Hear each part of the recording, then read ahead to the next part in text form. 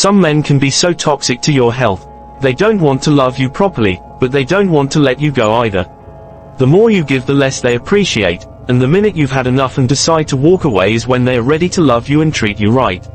So you give them a chance in the hopes they've changed, only to realize it was all fake. You find the strength to walk away once more, and here he comes again proclaiming his love for you, and you give in, again. A man showing anger and persistence to get you back once you try to break it isn't proof of love, it's a knee-jerk reaction. A man kissing you or making flaccid attempts to be nicer for 2 weeks isn't proof that he's trying, it's proof that he knows you well enough to know how to defuse you long enough to hook you once again. Take away a toy, a little boy cries. Take away a relationship of convenience, a man cries. Just because he cries doesn't mean you give him what he wants. Stop listening to what your man keeps promising and start watching what his actions actually keep telling you. A lot of you women don't know what it's like to be loved by a real man. You know lust, you know joy, you know passion, and you know the fear of abandonment.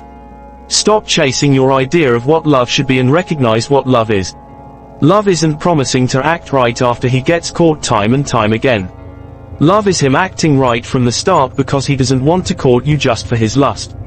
Love isn't telling your grown man he needs to change so he can keep you. Love is a grown man changing on his own because he can't imagine life without you. Real talk, a lot of people ends up being in toxic relationships because they were attracted to the wrong passions in the first place, as designed by the social construct.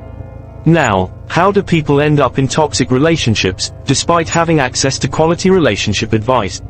Maybe because people don't end up in toxic relationships, they are part of the process in creating one or are attracted to toxic individuals.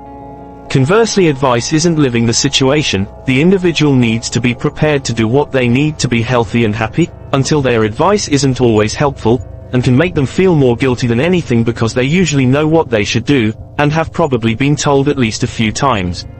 The best way to deal with toxic relationships is accepting what role each person is playing, and accepting the circumstances that make it toxic, including substance, attitudes and anger. We can't make others happy, we can only see to our own happiness, then place ourselves in an environment where we can share that with others, rather than our own toxicity.